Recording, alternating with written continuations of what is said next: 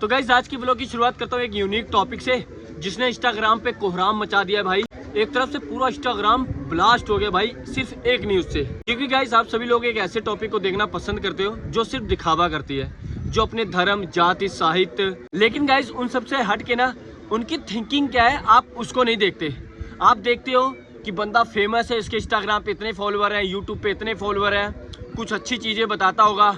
ठीक है भाई, स्ट्रगल हर एक इंसान करता है। आज मैं कर रहा हूँ, कल आप कर रहे हो, कल उसने भी किया होगा। लेकिन भाई जो एक थिंकिंग है ना सबकी अलग होती है। अगर गाइस एक इंडियन गॉट लैटेंट जैसा शो नहीं होता ना तो कई लोगों का आप फेस भी नहीं देख पाते भाई कि लोग वीडियो में क्या है और वीडियो के पीछे क्या शो करते हैं। इस शो ने कईयों की पोल खोल दी है और कईयों को आबाद भी किया है, कईयों को बर्बाद भी किया है।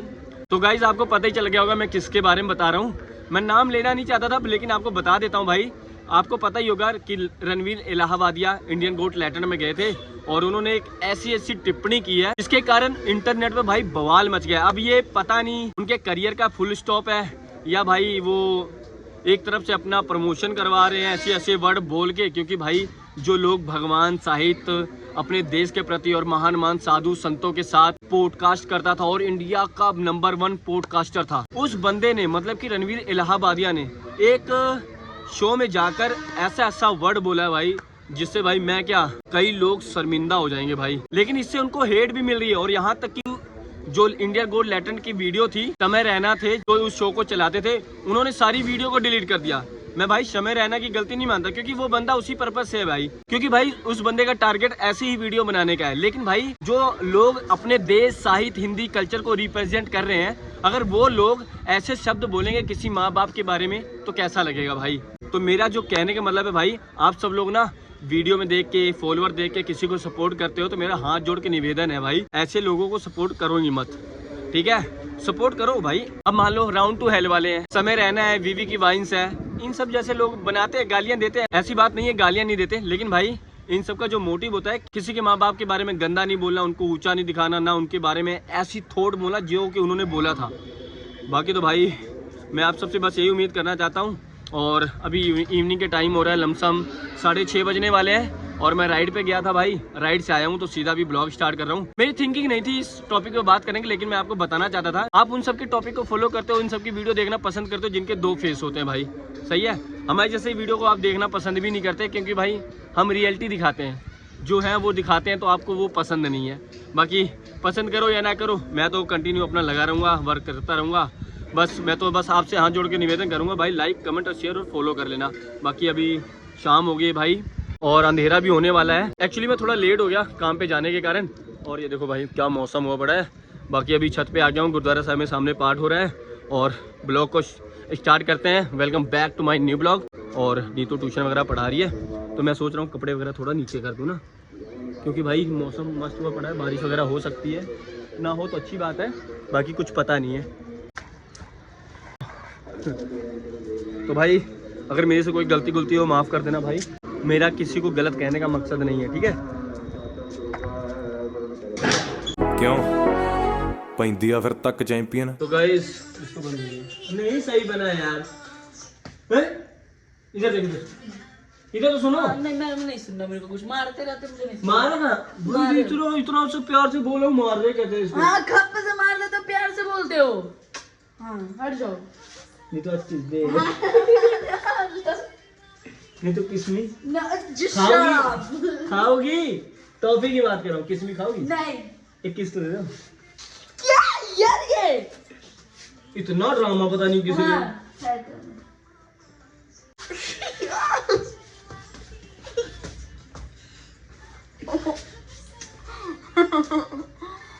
देखो भाई एक उम्र थी पापा की जब मोबाइल वगैरह से इनको कोई मतलब नहीं था, क्योंकि हमारे जीवन में तो मोबाइल था पर पापा की लाइफ में अभी से मोबाइल स्टार्ट हुआ ना पापा।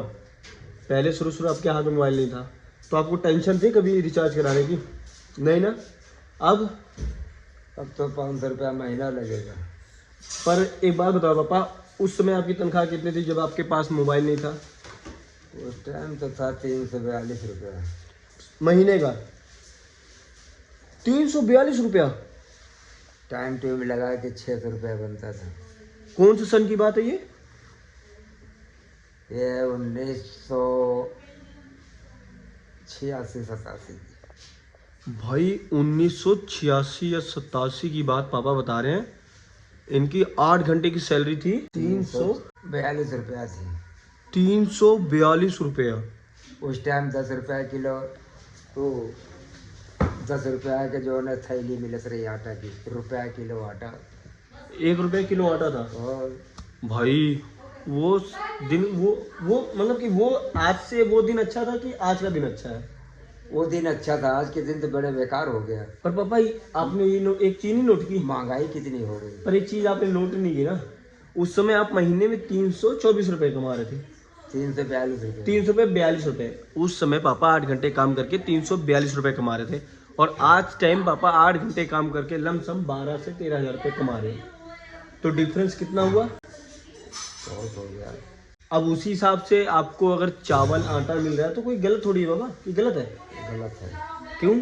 अब देखो 30 रुपया 40 रुपया किलो दाल थी, फिर बाबा बात वो हो रही है, 30-40 रुपए किलो दाल थी, और अब 100 रुपए किलो है। मान लो 100-140 रुपए की मतलब अरहर की 180 रुपए में, अरहर की दाल 180 में है, बिना छिलके वाली लमसम 140 में। मैं भाई कई दिन से मतलब कि अब मम्मी पापा का सामान लेने चला जाता हूँ नीतू के साथ, नहीं तो मैंने कभी जिंदगी में राशन नहीं लाया था, पापा ही भराते थे। ठीक है, 105 रुपया किलो तो चना की दाल है।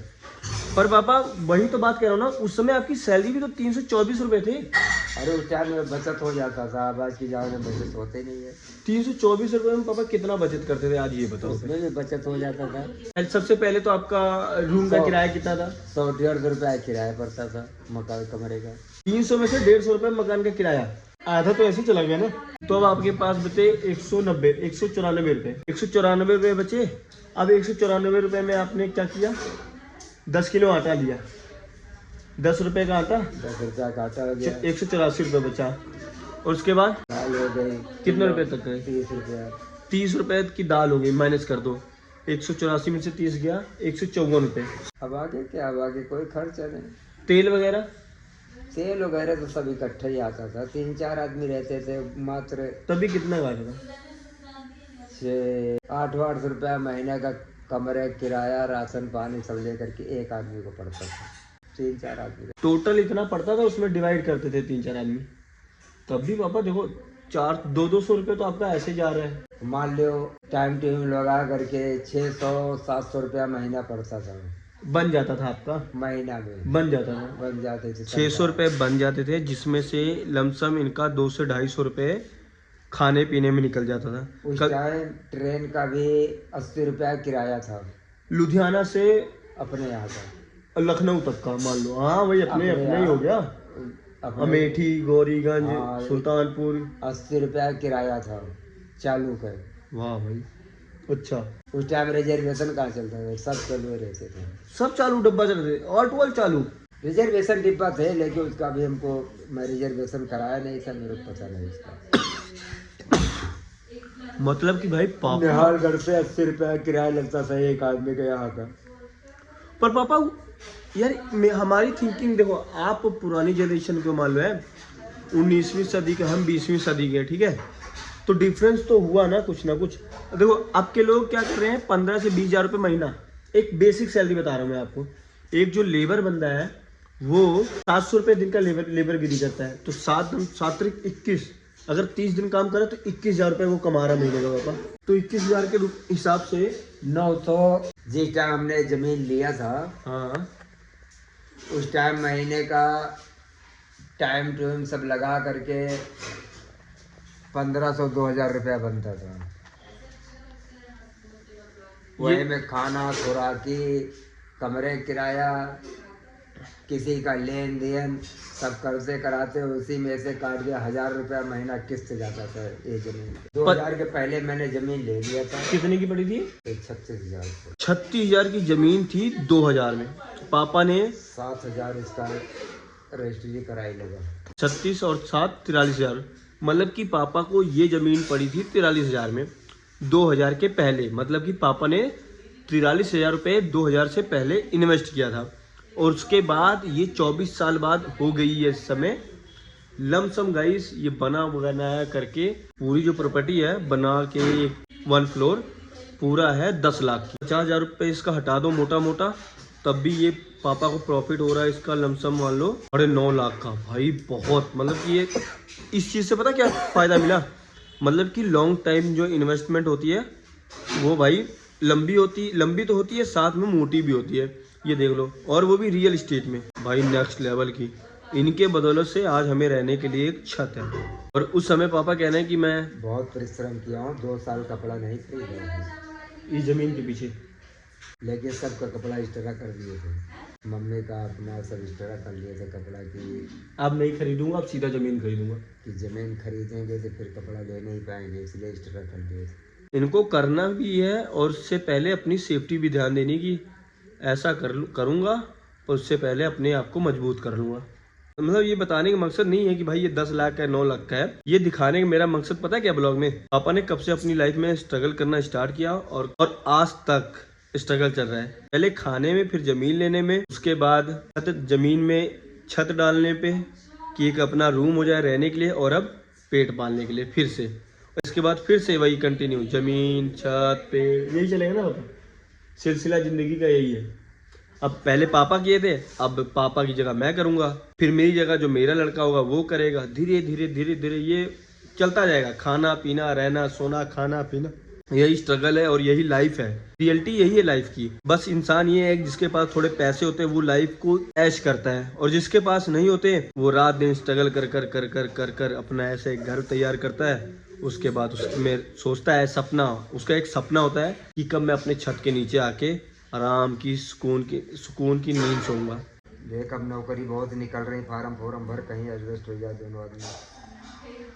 पापा आप चाहते हो कि मैं नौकरी करूं सरकारी? अरे सरकारी नौकरी कर लेगा जिंदगी बन जाएगी। साला एक मिडिल क्लास बंदे की ना एक सोच, हम नहीं करना चाहिए। सरकारी नौकरी ढूंढनी कहीं लग गई।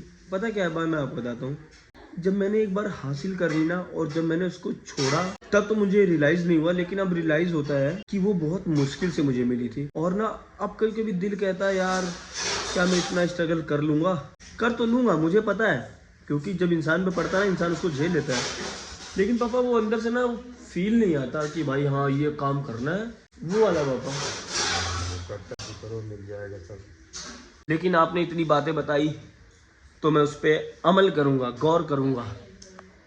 नहीं इसको चुप करा लो, पहली बात तो नहीं, अभी लड़ाई हो जाएगी। ज्यादा बोलो ना, नहीं तो तुम।